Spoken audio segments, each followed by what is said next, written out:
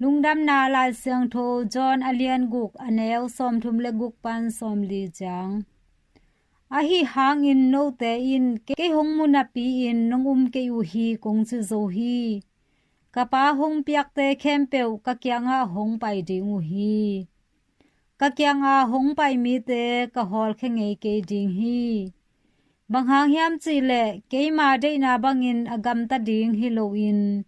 ke hong sawlpa deihna bangin gamta ding in Keimah in vantung panin ahong kumsuk ka hi ke hong sawlpa deihna in ahih le ke hong piak khempeuh khat zong man swalo a nitom ni jang in amaute ka tho kik sang na ding ahih kapa deihna in ahih le tapa mua ama te khempeuh in nun tak ton tungna anga na ding ahih Keimah in zong ama nitom ni jang in ka tho kik sak ding hi achi hi hin topa lungdamna Lai Siangtho ahih